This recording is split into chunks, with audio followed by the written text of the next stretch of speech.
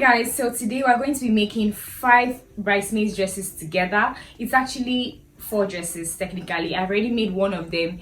It's remaining 4. So I'm just going to take you guys along with me. So basically, it's just to teach you guys how to plan your time, especially when you're making multiple dresses the same style and you need to get them done in very little time. Oh, hey, I didn't see you there. So I went to the market first of all. I went to buy some things I need for the dresses. This is Rumukuta Market.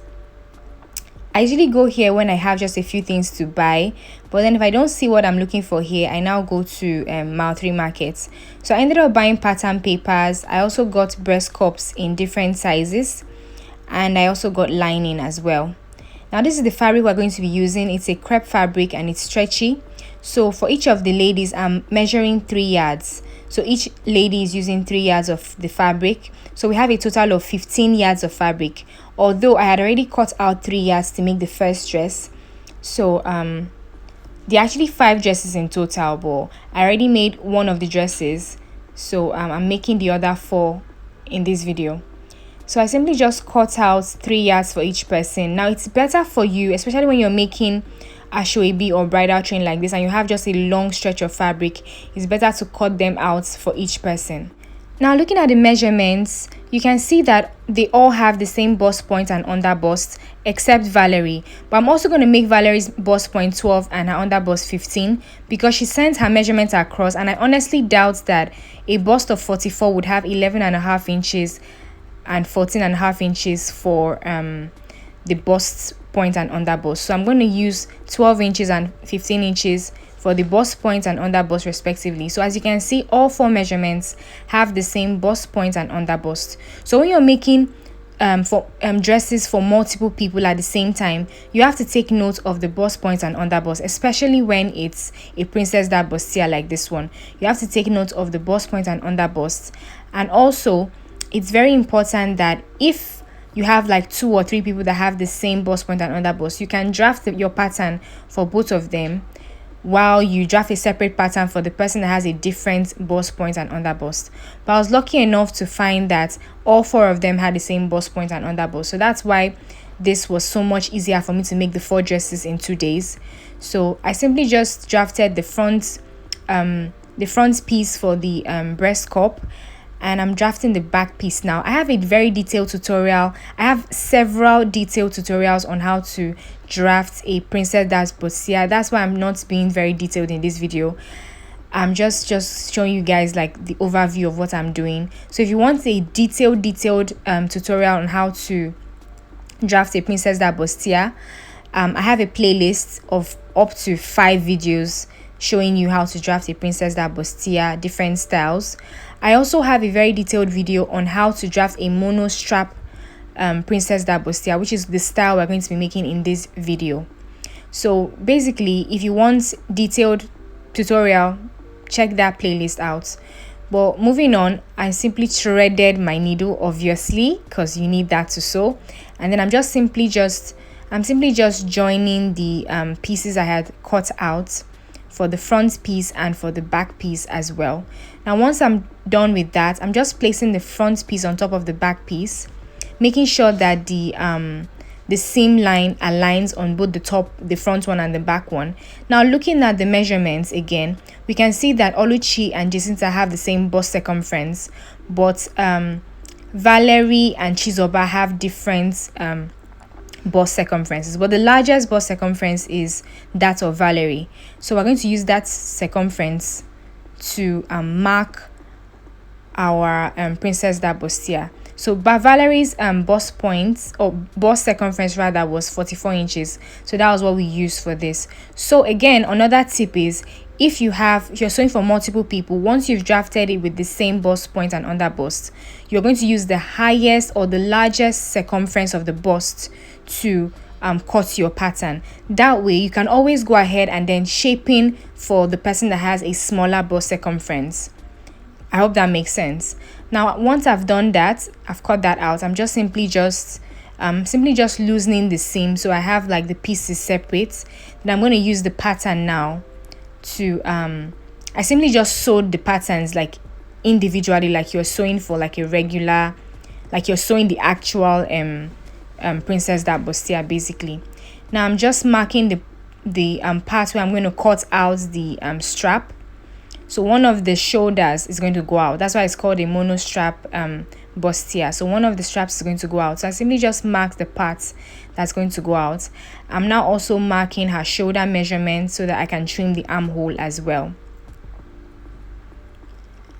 I did that, and then I'm just trimming out that shoulder so it becomes a mono strap. Now mind you, when you're doing this, make sure that your front piece and your back piece are facing the way that they would normally face once you're done with the dress.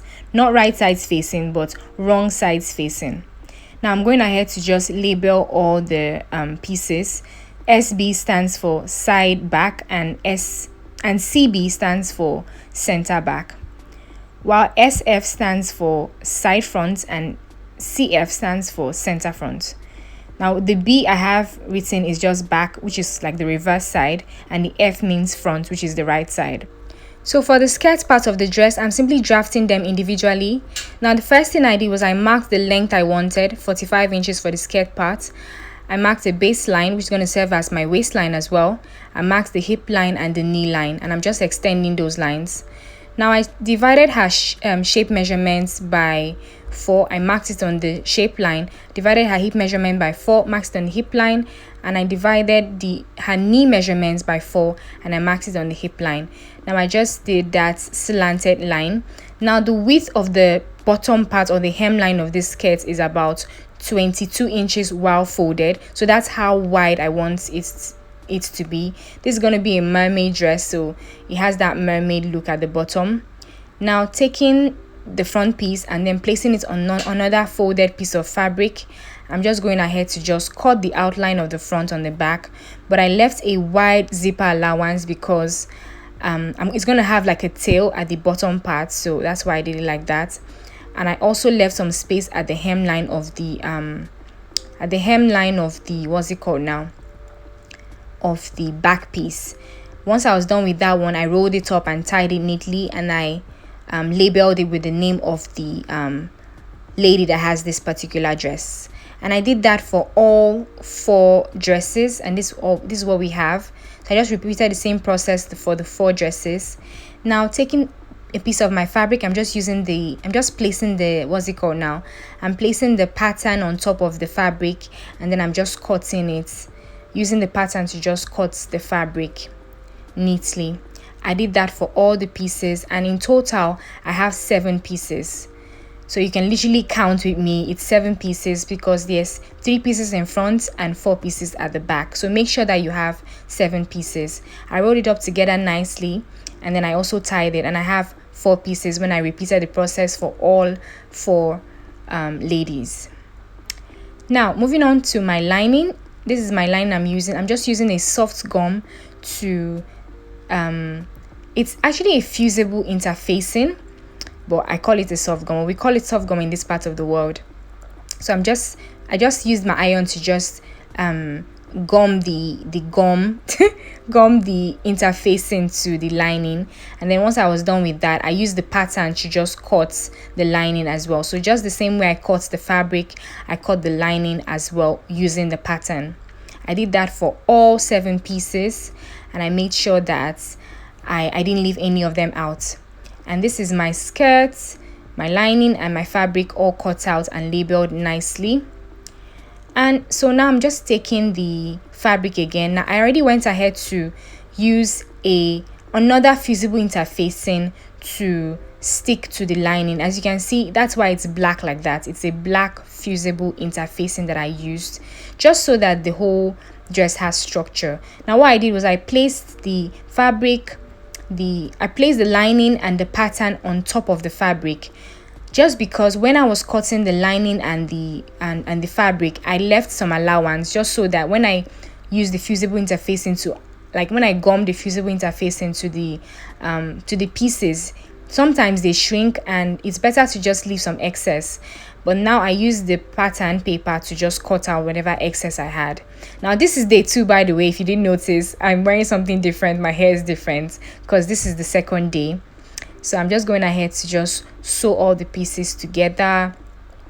Again, if you want a detailed tutorial on this part, I would love to. I have tutorials on them. I have tutorials on this. I have a whole playlist, so just definitely check it out. I just want to show you guys how you can sew so many things at the same time. You can be efficient, you can be productive in a day. You can make 2 to 3 outfits in a day. Like, very simple, very easy. It's all in your technique. It's all depends on how smart you work. Basically, it's not about working hard, it's about working smart. So basically, I'm just sewing the front piece of the fabric, and then once I was done sewing, I'm just using my scissors to create notches on the seam. This way it's easier for me to iron it very, very well. So I'm just opening the seam and I'm just ironing it flat. I sprinkled some water so that it helps it to lay flat as well. Now once I'm done with that, I just use my tailor's ham to open the seam under the curved part of my bustier, and then I ironed it as well. I have a tutorial on how to make a tailor's ham. The link will be in the description box down below. The link to the princess that bustier will also be in the description box down below. Don't forget to reel a lot of thread on your reeler. You need to work smart and efficient and that includes making sure that you have reelers filled with the right color of thread. Moving on, I'm just turning the fabric with the lining now. I've gone ahead to join each of the pieces, but now I'm just turning the fabric with the lining, starting with the neckline, just joining that together, and then I'll go ahead and top stitch that. That's what I'm doing now, making sure that the allowance is facing the lining. I went ahead to top stitch, and when I was done with that, I simply just closed the sides. So yeah, that's basically the workflow of this whole well, that's not all. So I'm just going ahead to add my breast cup. So the breast cup, I have a video, it's a detailed tutorial on how to insert breast cups into your princess that bustier. The link is also in the description box down below, so definitely check it out. So I simply just inserted the right size of breast cup. That video I have also shows you how to know the particular size of breast cup to buy for a particular bust size or bust measurements. So once I inserted the breast cup, I joined the neckline of the front piece of the fabric to the front piece of the lining, and then I went ahead to top stitch as well, and then I'm just closing up the sides. I did that for both sides, by the way. I'm doing this for the other side now, and this is for the front piece. And then I'm just turning it to the right side, and this is what it looks like. Very neat, very easy, very simple. Now taking my skirt piece, I'm just going ahead to just sew the back piece. So I'm sewing the two back pieces together so it's one. At the start, I'm using a very loose stitch because that's where my zipper is going to enter. Once I got to the 9-inch mark, I simply tacked it, and then I made the stitch like tighter, and then I just sewed it all the way to the down with 1/2 inch seam allowance.